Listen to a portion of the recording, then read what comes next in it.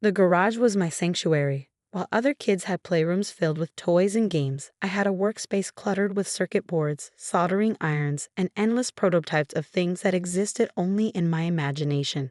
My parents called it my junk collection, but to me, it was a laboratory where anything was possible. My name is Marcus Chen, and I've always been different. Not in the way my parents hoped. They wanted a son to follow the family tradition of becoming a doctor or lawyer.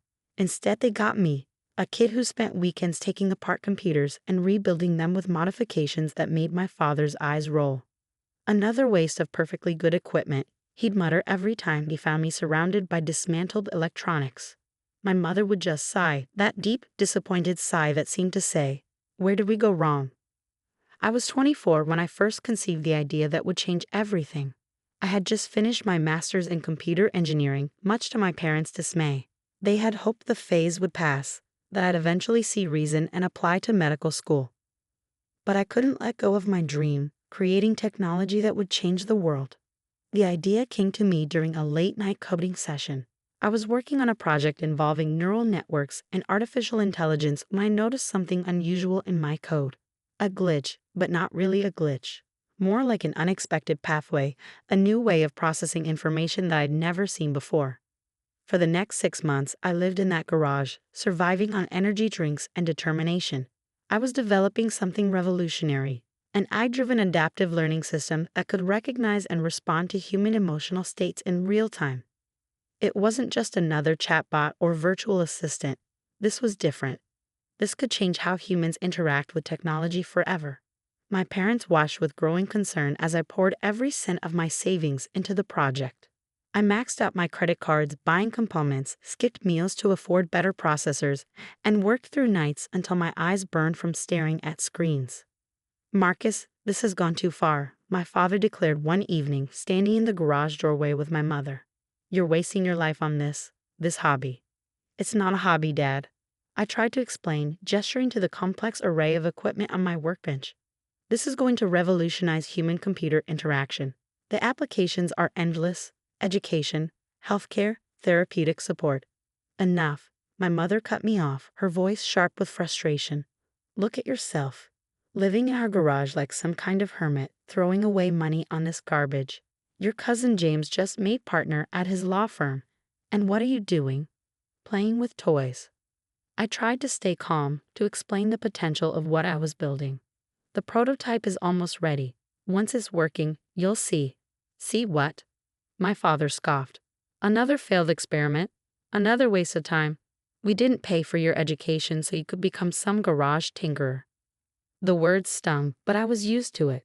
I'd been hearing variations of this speech my entire life. But this time was different. This time, I knew I was onto something extraordinary. "I need just 2 more months," I said quietly. "Give me that and I'll prove this isn't a waste." My father's expression hardened. 2 months? And then what? Another 2 months? Another year? "No, this ends now. Either get a real job or find somewhere else to live." My mother's eyes widened. "Henry, maybe." "No, Margaret. He needs to learn.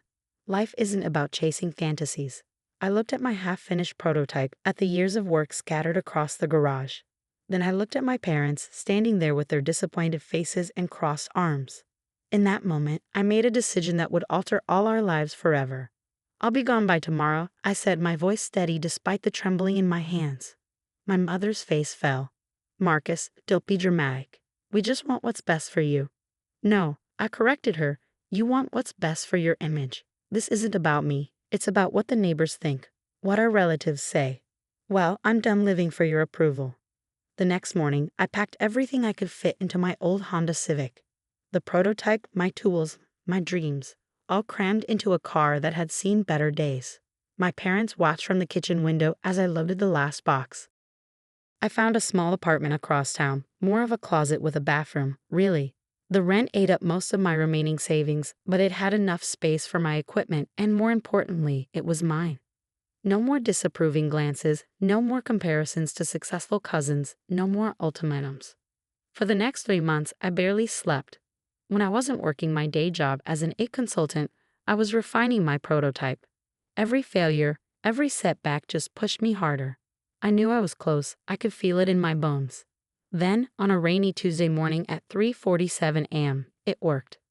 The system came alive, responding not just to voice commands but to subtle changes in tone, to micro-expressions, to the thousand tiny signals humans give off without realizing it.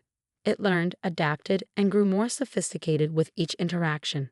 I named it aita, Adaptive Response Intelligence Algorithm. The first person I showed it to was Dr. Sarah Martinez, my former professor, and the only person who had ever truly believed in my potential. She sat in silence for 10 minutes, watching aita interact with various test subjects, analyzing the data streams, examining the code. Finally, she looked at me, her eyes wide with amazement. "Marcus, do you realize what you've created?" I nodded slowly. "It works, doesn't it? It really works."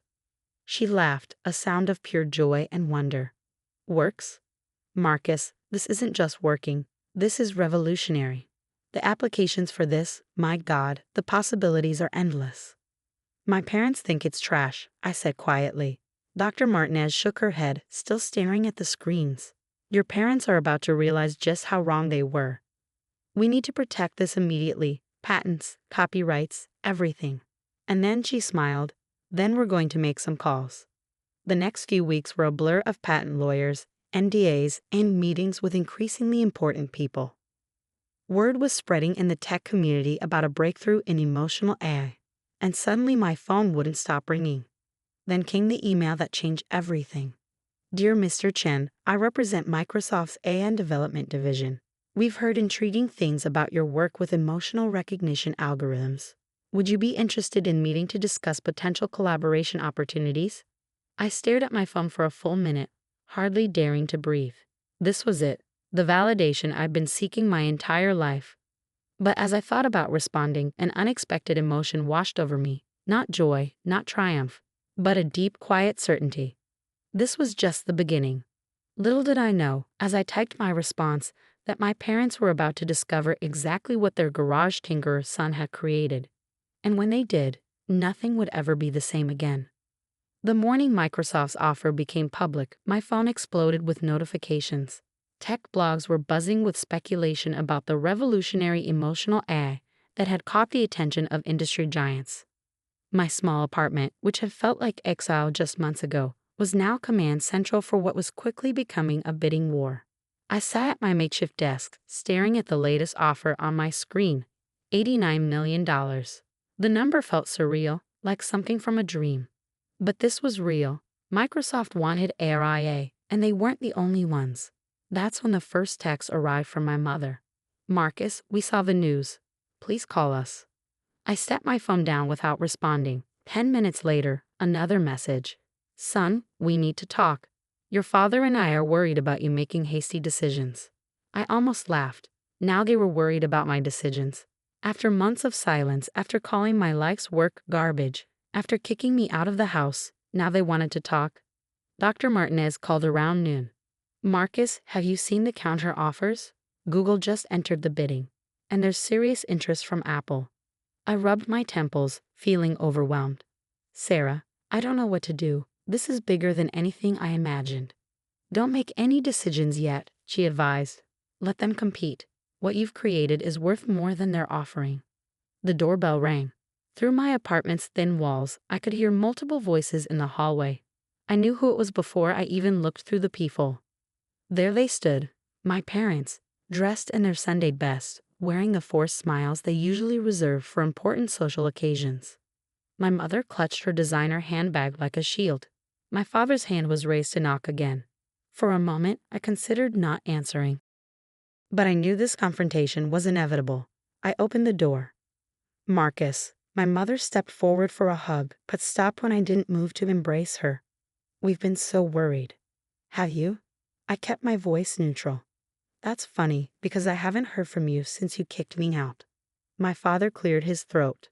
"Son, we should talk inside. This isn't a conversation for hallways." I considered turning them away, but part of me wanted them to see this, my tiny apartment, my workstation, the place where their failure son had created something revolutionary. I stepped aside to let them in. My mother's eyes darted around the small space, taking in the computers, the prototype setup, the empty energy drink cans. Oh, Marcus, she sighed, you've been living like this. Living like what? I asked. Like someone who believes in something. Like someone who works for their dreams instead of following someone else's. Now, Marcus, my father started, using his lecture voice, we need to discuss this situation rationally. These tech companies, they're sharks. You need guidance. Proper legal representation. I cut him off. You mean like Cousin James? Is that why you're really here? To get a piece of the action. My father's face reddened. That's not fair. We're here because we're your parents. We want to protect you. Protect me? The laugh that escaped me was bitter. Where was this protection when you called my work garbage? When you threatened to throw me out? When you told the entire family I was wasting my life? We were wrong, my mother burst out, tears in her eyes.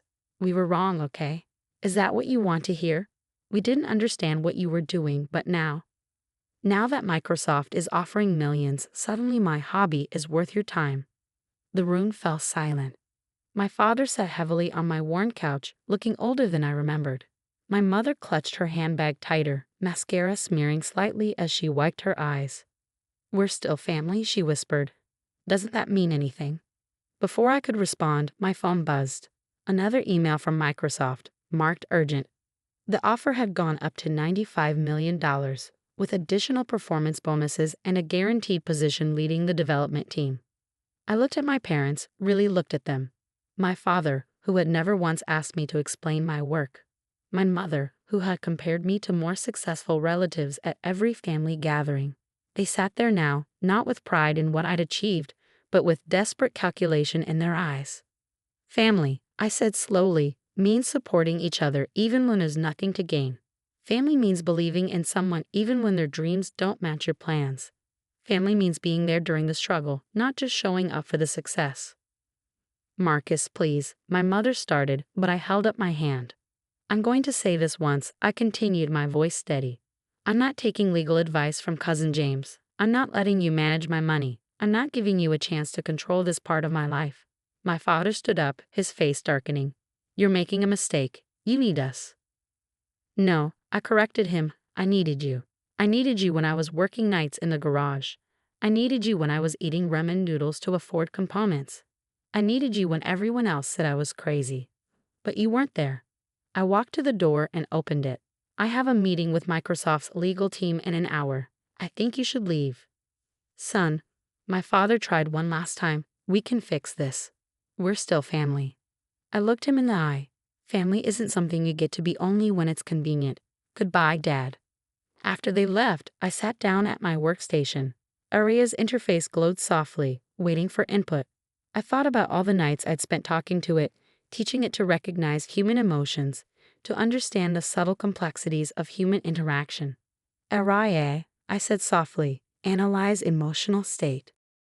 The system hummed to life. Current emotional indicators suggest a complex mixture of relief, vindication, and residual sadness. Would you like to explore these feelings further? I smiled. My creation understood me better than my own parents ever had. 2 weeks later, I signed the final papers in Microsoft's Seattle headquarters. The number had settled at $89 million, with substantial stock options and complete creative control over Aria's development. As I wrote my signature, I thought about the garage where it all started, about all the times I'd been told to give up, to be practical, to follow the expected path. My phone buzzed. Another text from my mother. We miss you. Please don't shut us out forever. We can change.